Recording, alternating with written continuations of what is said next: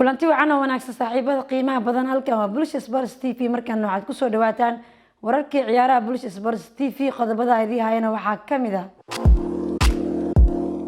Monaco ayaa ku biirtay ugaarsiga Onana. Man United ayaa doonaysa dalabka Alexander Isak. Chelsea ayaa wali xoojinaysa dalabkeeda Hakim. Arsenal ayaa wali xoojinaysa dalabkeeda Camavinga. intaas waxaan qodobadii warka haatan ku soo dhawaada isagoo faahfaahsan.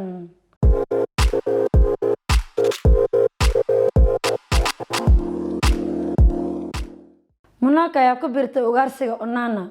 kooxda Monaco ayaa sida laga soo xigtay Foot Mercato waxay ku biirtay ugaarsiga looga jiro goolhayaha Ajax Andre Onana. Arsenal ayaa sidoo kale sheegaya inay ku jirto isku darkaas iyadoo 25 jirka reer Cameroon isku diyaarinaya inuu bilaabo xirfadiisii kubadda cagta kadib markii uu ganaaxa ku maqnaa. Andre Onana ayaa ku biiray kooxda Ajax sanadkii 2015 wuxuuna heshiiskiisa ka dhacaya 2022.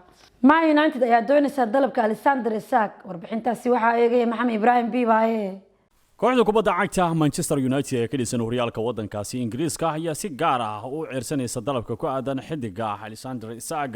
laacibkani ayaa loo arkayaa mudnaanta koowaad inuu ku habboon yahay imaanshaha garoonka kooxda Manchester United ee Old Trafford.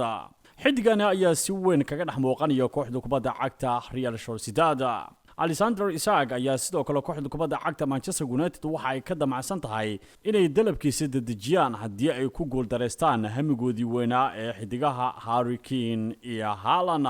sida ay daawacday jiridda The Daily Star waxaa waqtiga kan xaadirka tobaraha kooxda kubadda cagta Manchester United macallin Ole Gunnar Solskjaer uu aad ula dhacsan yahay qaab ciyaareedka xidigaasi maadaama uu doonayo ciyaaraankaasi inuu noqdo hogaamiyaha cusub ee waqtiga kan xaadirka Manchester United ba ay ku haaminayso. xidigani Alexander Isak ayaa sidoo kale waxaa toddobaadkii ugu dambeeyay dhowr dalab ka soo gaaray qaar ka mid ah kooxaha ka dhisan horyaalada Faransiiska, China iyo horyaalka dalka Talyaaniga. laakiin Manchester United kaliya waxay doonaysaa marka hore isku day ku aadan ciyaaraankaasi Isak si ay markaa kaga maaranto haddii ay ku guuldareysato xidigaha Harry Kane iyo Erling Haaland. Chelsea ayaa wali xoojinaysa dalabkeeda Hakim. warbixintaasi waxaa eegaysa Qamar Maxamed Cumar. Chelsea ayaa ku sii adkeysanaysa isku daygeeda ay kula soo saxiixanaysa Hakim ee ka tirsan kooxda Inter Milan. Thomas Tuchel ayaa isha ku hayay inuu ku daro ciyaaryahanka garabka midig si uu u xoojiyo safkiisa ka hor xilli ciyaareedka cusub. 22 jirkan ayaa laga yaabaa inay iibiso kooxda haysata horyaalka Talyaaniga ee Inter Milan si ay isugu dheelitiraan awoodooda kooxeed.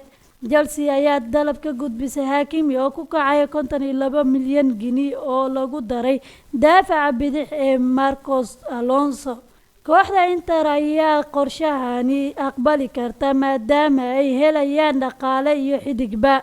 Arsenal ayaa wali xoojinaysa dalabkeeda Camavinga. Arsenal ayaa doonaysa inay gacanta ku soo dhigto xidiga kooxda Rennes ee Eduardo Camavinga sida ay warinayso Leighton Sports. 18 jirkan qadka dhexe ayaa xiiso ka helaya kooxaha Yurub laakiin Gunners ayaa doonaya inay iska xaadiriso safka hore ee Camavinga. Arsenal ayaa bartilmaameedsanaysa Maddison waxayna sare u qaaday sidoo kale wadahadalada xidigaha kale ah Ben White iyo Lukonga. maamulka kooxda ayaa hadda xoojinaya wararka ku saabsan ciyaartooyda Ben White iyo Alberto Lukonga inkastoo la diiday. balse ciyaaryahanka qadka dhexe Leicester James Maddison uu yahay bartilmaameed kale ee kooxda waqtigan. daafaca Brighton Ben White iyo qadka dhexe Anderlecht Lukonga waxa ay ku sii jiri doonaan liiska kooxda. Real Madrid ayaa iska fasaxi karta difaaceeda Fran. warbixintaasi waxaa eegaysa Qamar Maxamed Cumar. Real Madrid ayaa diyaar u ah inay dhageysato dalabka u imaanaya laacibkooda Rafael Varane sida ay qortay AS. daafaca reer Faransa ee ku guuleystay koobka adduunka ayaa si aad loola xiriiriyay inuu u dhaqaaqayo kooxda Manchester United xilli ay taageerayaasha kooxda Real Madrid ay wali la jahwareersan yihiin bixitaanka kabtankoodii Sergio Ramos. Manchester United ayaa kali ku saxiixa xidigan maadaama aan ilaa iyo hadda jawaab saxan laga helin kooxda ka dhisan horyaalka Faransiiska ee PSG. Arsenal oo miiska u saartay qandaraas cusub Mohamed Elneny. warbixintaasi waxaa eegaya Maxamed Ibrahim Bibaye. maamulka kooxda kubadda cagta Arsenal ayaa waqtiga kan xaadirka ku dhawaaqay inay heshiis cusub ku abaalmarin doonaan wiilka reer Masari ee Mohamed Elneny ciiraankani ayaa si weyn u soo jiitay qaab ciyaareedkiisa tababaraha kooxda kubadda cagta Arsenal ee Mikel Arteta. Arrintan ayaa toddobaadkaniba ay soo jiitamaysay sida ay daabacay jirada Football News.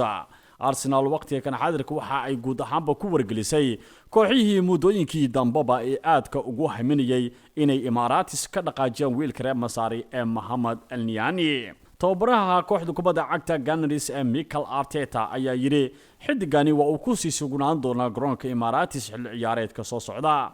لاعبكاني محمد النياني ayaa 23 kulan oo Premier League u saftay kooxda kubadda cagta ee Arsenal xil ciyaareedkii hore isagoo u suurtageliyay hal gool.